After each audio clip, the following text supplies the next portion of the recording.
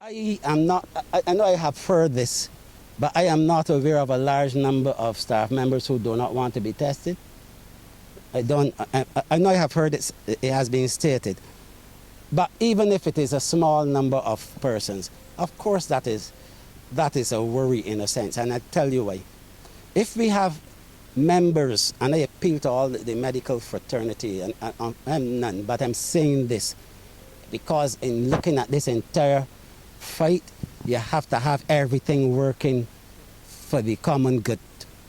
And if we have members of the profession, the medical profession, who are not okay with taking vaccine or even being tested, and you speak to, and that feeling is translated down, it sends a signal to others in society that would make them want to be cautious and so forth, and I must say unnecessarily. And that's the truth. I would have taken the vaccines myself, both jabs. And why? Not only because I like to lead by example, but because I love myself and I enjoy life, and I feel that that's the best way for me in terms of fighting off anything that this pandemic or this virus might throw at me. And I would just urge everyone else to do the same. And the provisions at the moment, and this is not only in Barbados, if a person does not want to be tested, we can't force them under the current legislation, and I don't think we should force them. But you're going to mandatory quarantine for 14 days. So you have to go through the full quarantine period if you choose not to be tested. Whereas if you take the test, we take you one test initially and then the second test in about 5 days, and if you're negative on both, you're cleared.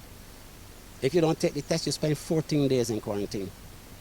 It was announced earlier this year that Barbados is seeking to source other types of vaccines, Sinopharm and Johnson & Johnson. How far along are we on that?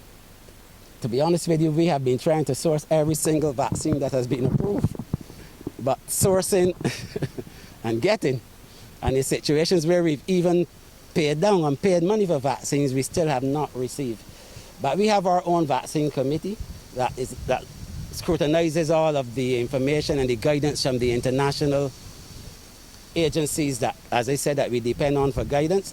And we, Barbados, have approved the Pfizer, obviously, the Moderna, AstraZeneca, and we have recently Johnson & Johnson, and we've recently also approved the Sinopharm because the World Health Organization has given emergency authorization for the use of Sinopharm. That's one of the Chinese vaccines. So that is also one on our approved list.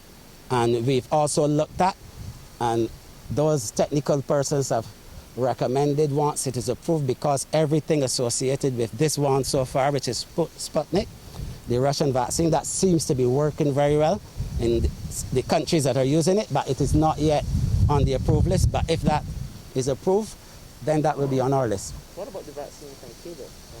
That's not yet approved, but I believe Jamaica has indicated its intention to be the first to receive that once it's approved. Like I said, once vaccines have been approved by the relevant international authorities and our vaccine committee approved, then we have no issues with including it on our list, including the Cuban vaccine.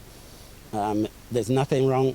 Cuba, in Barbados' estimation, has a very good health service, and they're very, very intelligent and productive in the way they do things, and there's no reason why we would not consider the use of the Cuban vaccine if it is approved. Well, this is what I would say. The 3 feet rule is based on scientific evidence and based on WHO, PAHO guidelines and the CDC guidelines as well.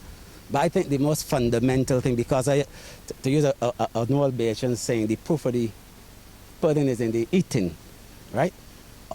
All of the cases so far, knock on wood, that we have had involving students of any school, there had been no in-class transmission of the virus. And these are children sitting 3 feet apart, right?